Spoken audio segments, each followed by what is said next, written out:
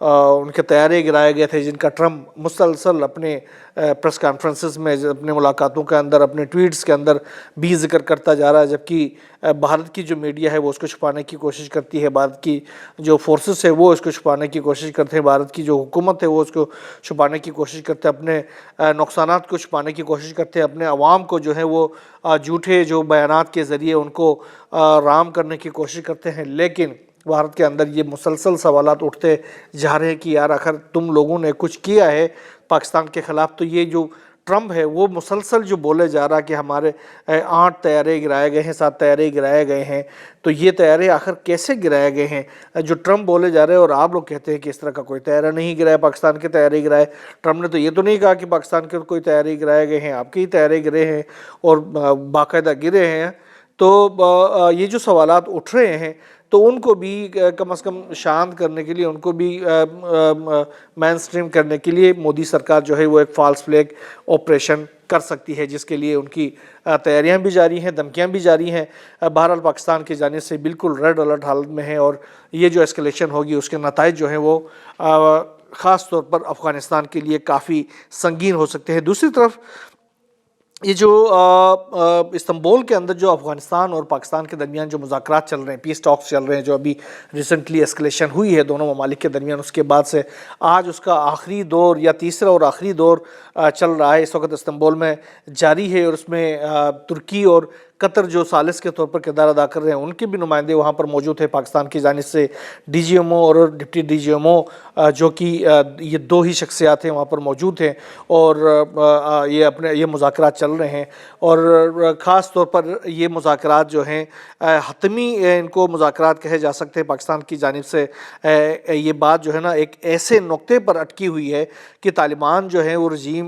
خاص طور پر ثالثیوں اور پاکستان کو تحریری گارنٹی دینے سے انکاری ہیں کہ وہ ان کی جو سرزمین ہے وہ پاکستان کے خلاف استعمال نہیں ہوگی۔ اور سیکیورٹی ذرائع جو کہہ رہے ہیں وہ یہ کہہ رہے ہیں کہ پاکستان نے جو مطالبات پیش کیے ہیں وہ مکمل طور پر واضح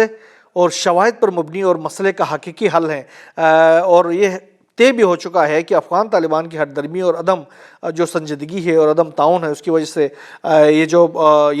سلسلہ جو ہے وہ یہ واضح ہو چکا ہے میزبانوں کے اوپر بھی، ثالثوں کے اوپر بھی، کہ یہ جو طالبان ہے وہ کسی صورت امن نہیں ہونا چاہتے، وہ کریڈیبل جو اس کے حوالے سے گارنٹیز ہے وہ دینے کے لیے تیار نہیں ہے، ان ریٹن گارنٹیز دینے کے لیے تیار نہیں ہے۔ پاکستانی وفد نے واضح کر دیا کہ ہماری دہشت گردی کے مراکز مطالبات جو دہشت گردی کے خلاف جو مرکزی جو مطالبات ہیں اس پر کوئی سمجھوتہ ممکن نہیں ہے۔ ایک ایسی صورت میں اب پاکستان کو چاہیے کہ وہ میزبان جو ممالک ہیں ان کے اوپر باقاعدہ طور پر ان کے اوپر دباؤ ڈالے کہ وہ ان کو سختی سے ان کو بتا دیں کہ وہ کم از کم پاکستان کو ریٹرن گارنٹیز دے دیں کہ ان کی جو سوئل ہے وہ پاکستان کے خلاف استعمال نہیں ہوگی۔ فریقین کے وقت تک جو افغان شہری جو ہیں وہ بھجوائے جا رہے ہیں پاکستان میں بہت باعزت طریقے سے، انتہائی باعزت طریقے سے، ان کو ابھی بھی محفوظ طریقے سے ریپاٹریٹ کیا جا رہا ہے، دوبارہ سے افغانستان بھیجا جا رہا ہے۔ روزانہ کی بنیاد پر 2000 سے 3000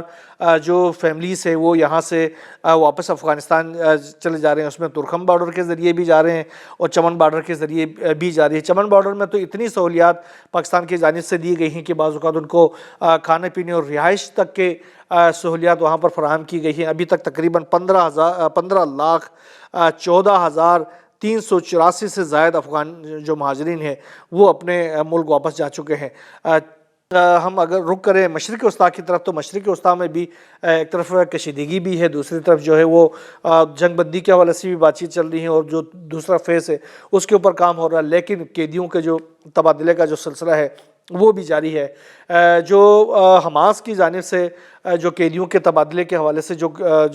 قیدی جو مر گئے ہیں اسرائیلی فورسز کے حملوں کے نتیجے میں، اب ان کی تلاش کا سلسلہ جاری ہے۔ اب اسرائیل کی جانب سے مصر کے جو فورسز ہیں، مصر کی جو ریڈ کراس ہے اور مصر کی جو ریسکیو ٹیمیں ہیں، ان کو باقاعدہ طور پر اجازت دی گئی ہے کہ وہ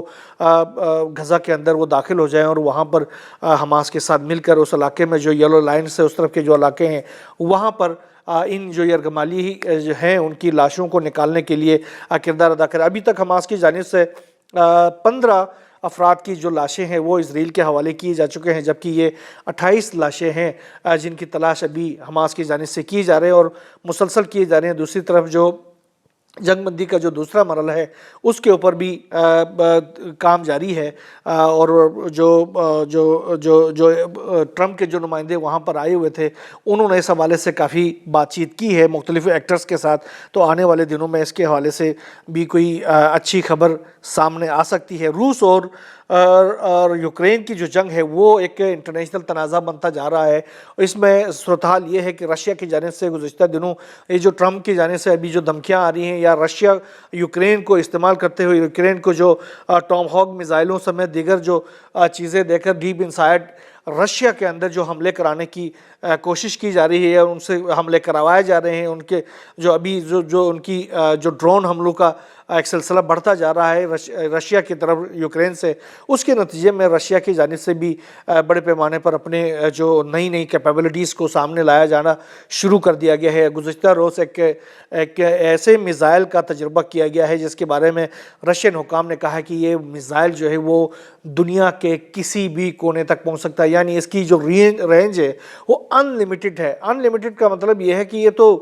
کہیں بھی یہ ہٹ کر سکتا ہے۔ اس کے بعد سے امریکہ کی اور نیٹو کی باقاعدہ دوڑیں لگی ہوئی، وہ حیران ہے کہ اب اس ٹیکنالوجی کو، اس میزائل کیپیبلٹی کو کیسے انٹرسیپٹ کیا جا سکتا ہے، اس کو کیسے روکا جا سکتا ہے، یا اس کے شر سے کیسے بچا جا سکتا ہے۔ یہ صورتحال ان دونوں کے درمیان ہو رہی ہے۔ دوسری طرف جو ساؤتھ چائنا سی کے اندر چائنا اور امریکہ کے درمیان جو ایک کشیدگی ہے وہاں پر ساؤتھ چائنا سی کے حوالے سے، وہاں پر ایک بڑا حادثہ پیش آیا ہے۔ وہاں پر جو امریکی طیارہ بردار جہاز ہے USS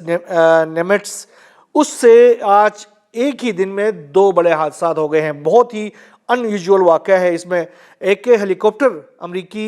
نیوی کا ہیلی کاپٹر اسی طیارہ بردار جہاز سے اڑا اور وہ کچھ دیر بعد حادثے کا شکار ہو گیا۔ اس کے اندر کریو کے جو 3 افراد تھے وہ سمندر برد ہو گئے تھے، لیکن ان کو بچایا گیا۔ اس کے بعد کوئی آدھا گھنٹہ ہو گیا تھا، ایک F-18 طیارہ اسی USS نیمٹس سے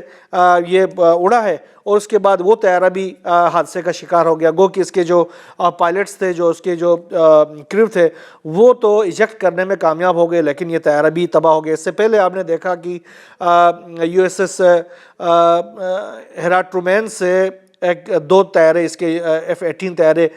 یمن کی پانیوں کے اندر بھی اسی طریقے سے تباہ ہو گئے تھے۔ تو یہ اب یہ واقعہ آج ایک ہی دن کے اندر ہیلی کاپٹر کو بھی اور پھر ان کی جو F-18 طیارے کو بھی اس طرح کا حادثہ پیش آنا انتہائی غیر معمولی حادثہ قرار دیا جا رہا ہے، اور اس کے حوالے سے چہمگوئیاں جاری ہیں کہ یہ اس طرح کا واقعہ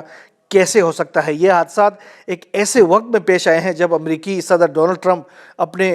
دوسرے دورے صدارت کے دوران پہلی بار ایشیا کے دورے پر بھی ہیں۔ انہوں نے گزشتہ روز ملیشیا کا دورہ کیا، ابھی جاپان پہنچے ہوئے ہیں، اور اس کے ساتھ ساتھ ابھی وزیر دفاع پیٹ ہیگسٹ بھی جلد اپنا ایشیائی دورہ شروع کرنے والے ہیں۔ اور ایک ایسے موقع کے اوپر اس علاقے کے اندر ساؤتھ چائنا سی کے اندر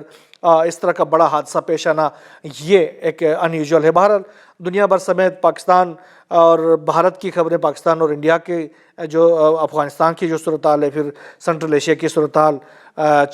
چین اور امریکہ کے درمیان ساؤتھ چائنا سی کا ہم نے دیکھا، رشیا یوکرین کا تنازع، اور پھر کریبین کے علاقے میں وینزویلا اور امریکہ کے درمیان جو کشیدگی ہے، بہت تیزی کے ساتھ دنیا کے حالات جو ہیں وہ تیسری جنگ عظیم کی طرف بڑھتے ہوئے جا رہے ہیں۔ بہرحال ہماری تمام تر نظریں اس تمام صورتحال کے اوپر ہے۔ جو بھی نئی ڈیولپمنٹ سامنے آتی رہے گی ہم آپ سے شیئر کرتے رہیں گے۔ یہاں بس اتنا ہی، اللہ حافظ۔